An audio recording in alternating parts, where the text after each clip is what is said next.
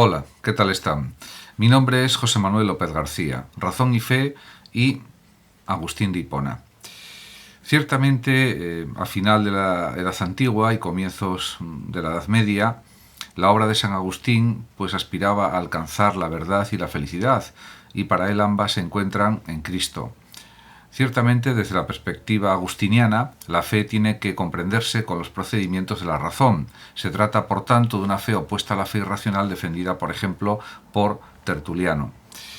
Pero es que, además, la razón, desde el punto de vista del cristianismo, desde la teología cristiana, es falible e insuficiente, ya que la razón sin la fe está expuesta a errores y por sí sola es incapaz de alcanzar la verdad. En este sentido, está claro que, por ejemplo, para Agustín no hay que entender para creer, sino creer para entender. Por tanto, para Agustín la fe es el camino. Podemos también afirmar que en la filosofía cristiana la razón interviene en dos etapas. Primera etapa, la razón precede a la fe al examinar aquello que es posible creer razonablemente, como es el caso de San Agustín, que toma como referencia su propia evolución intelectual. En una segunda etapa, la razón ha de seguir a la fe, ya que San Agustín, por ejemplo, afirma que la fe busca y la inteligencia halla. Ambas, por tanto, se necesitan mutuamente. La fe es la encargada de guiar a la razón, y la razón, a su vez, debe encargarse de profundizar en la fe y aclararla o esclarecerla. En este sentido, la razón está, por tanto, supeditada a la fe, a pesar de que ambas están colocadas en un mismo plano respecto a la verdad. La fe es el medio y no el fin para llegar a la verdad.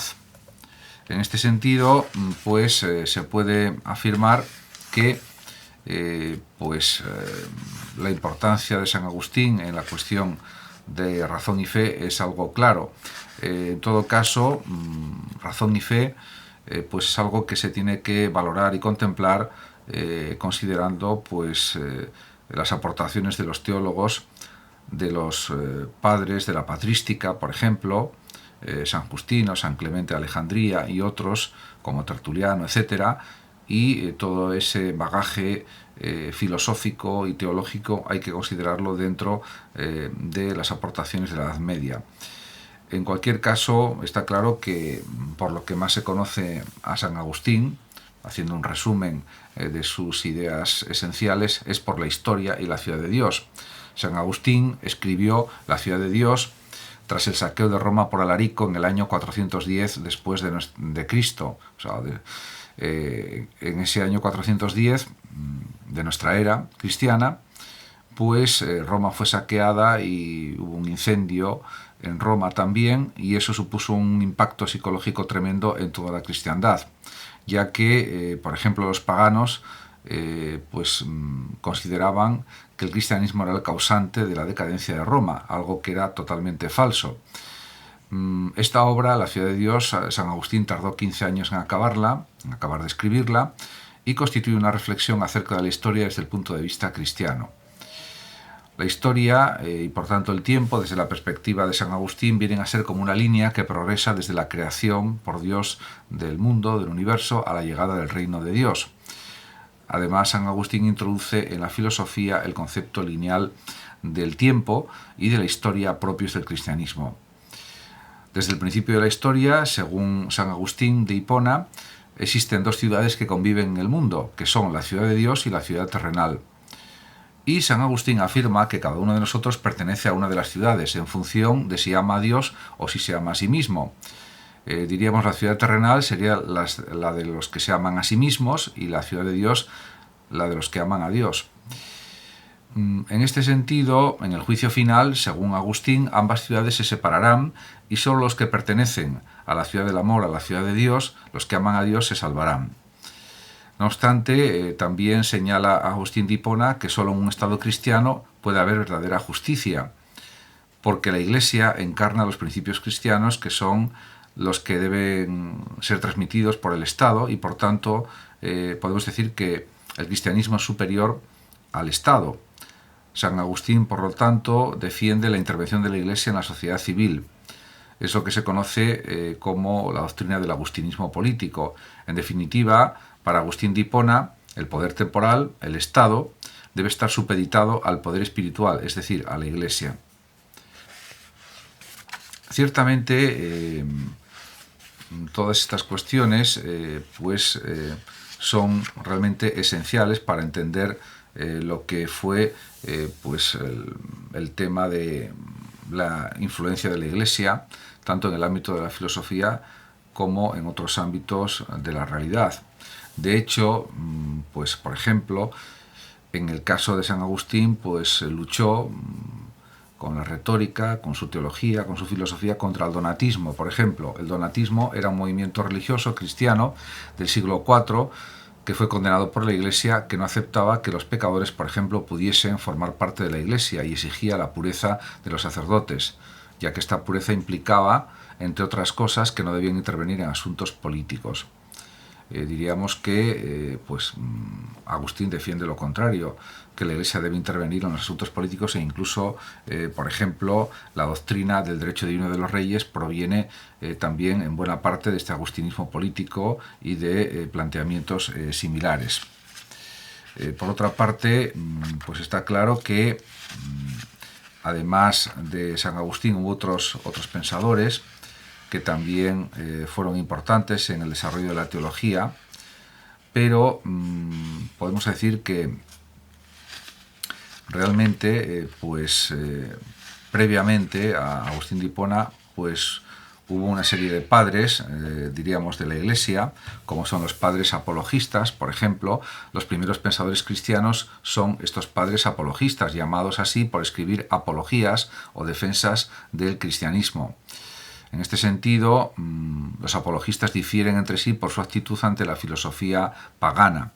Así, los padres latinos, que eran originarios de la parte occidental del Imperio romano, optan por una posición de enfrentamiento. El más representativo o significativo de esta línea es Tertuliano, que se niega a aceptar la racionalidad propia de la filosofía. Por otra parte, también están los padres griegos procedentes del Imperio Oriental, que consideran que la filosofía griega es un instrumento muy útil en la defensa de su religión e incluso como una prefiguración del cristianismo, la filosofía. El más representativo de estos pensadores es Justino, San Justino. Podemos decir también que entre los padres de la Iglesia posteriores, cuya obra conjunta recibirá el nombre de patrística, acabará imponiéndose la unión o la conciliación entre filosofía y religión, aunque siempre en el sentido de que la primera, la filosofía, es únicamente un instrumento para la segunda. Es el caso ya en el siglo III después de Cristo de Clemente de Alejandría y de Orígenes. En este sentido, por ejemplo, hay un texto de Etienne Gilson, La filosofía en la Edad Media, un libro, de la que voy a leer un fragmento del mismo y que es interesante para situar esta cuestión de la fe y la razón y de la teología cristiana en la parte antigua, siglos III, siglo IV, porque se considera que la Edad Media comienza más o menos en el año 476 después de Cristo, aproximadamente, en el siglo V. En este fragmento de Gilson, este pensador dice o escribe lo siguiente: la nueva fe impuso inmediatamente cambios masivos de perspectiva, cuya previa aceptación motivó después su interpretación filosófica. No se pasó del universo griego al universo cristiano por vía de evolución continua. Más bien se tiene la impresión de que el universo griego se derrumbó súbitamente en el espíritu de hombres como Justino y Taciano para dejar paso al nuevo universo cristiano. Lo que presta mayor interés a estas nuevas tentativas filosóficas es que sus autores parecen andar en busca no de verdades por descubrir, sino más bien de fórmulas con que expresar lo que ya han descubierto. Ahora bien, solo disponen de la técnica filosófica de estos primeros griegos, cuya filosofía necesitan reformar y cuya religión precisan refutar simultáneamente. Los apologistas del siglo II después de Cristo han emprendido, por tanto, una tarea inmensa cuya amplitud real no se había de poner de manifiesto hasta los siglos siguientes, porque expresan el universo mental de los cristianos en una lengua concebida de propio intento para significar el universo mental de los griegos. Por lo tanto, diríamos que hay que también considerar el cristianismo y la filosofía greco-romana, ya que está claro que, por ejemplo, San Pablo, que fue el auténtico fundador de la doctrina cristiana, interpretó la figura de Jesús como el Mesías prometido, el Hijo de Dios, que se hace hombre por amor al género humano y que muere crucificado para redimir a las personas, para salvarlas de sus pecados, y que resucita después. Un Dios con estas características resultaba sorprendente y hasta ridículo para el judaísmo y sobre todo para la filosofía griega.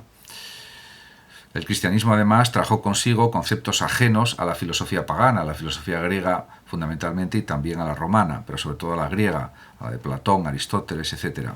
Por ejemplo, estas ideas son la idea de un Dios único, que al mismo tiempo era una Trinidad, Dios Padre, Dios Hijo y Dios Espíritu Santo, y creador del mundo a partir de la nada, ya que para el cristianismo Dios creó al mundo libremente en un acto de amor, y esto era algo totalmente contradictorio para la filosofía de Platón y Aristóteles y de otros pensadores griegos antiguos.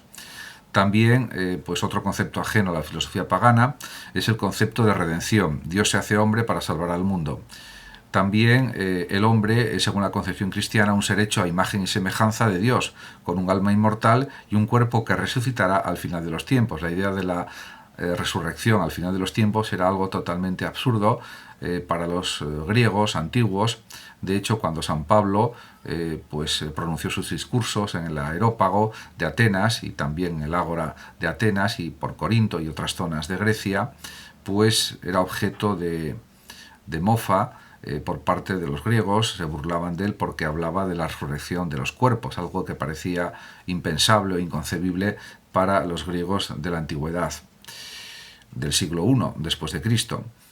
Además, desde la perspectiva cristiana, la historia ya no se piensa o ya no se concibe como un proceso cíclico a la manera griega. El tiempo es lineal desde el cristianismo, con un principio y un final marcado por la intervención de Dios. Hay que tener en cuenta que la filosofía griega antigua consideraba que había una materia que era eterna desde el principio. Bueno, no tenía principio la materia porque era eterna, por lo tanto no había la idea de una creación del universo, porque la materia existía desde siempre, era eterna.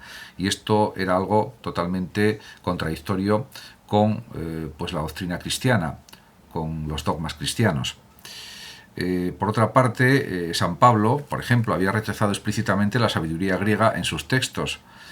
Sin embargo, como en los primeros siglos los cristianos no disponían de una filosofía propia y necesitaban defenderse de los ataques de los filósofos paganos, se sirvieron de la filosofía dominante en el momento, que era un platonismo que estaba teñido de elementos de procedencias diversas.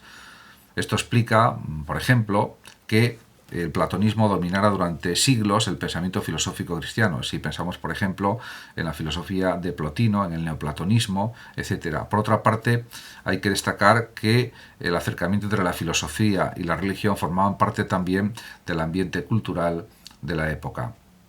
Muchas gracias a todos por su atención. Saludos como siempre a los oyentes de Radio Sofando de México. Y por último decir que los que lo deseen pueden compartir este vídeo en sus redes sociales, darle like o suscribirse a mi canal de YouTube. Hasta siempre.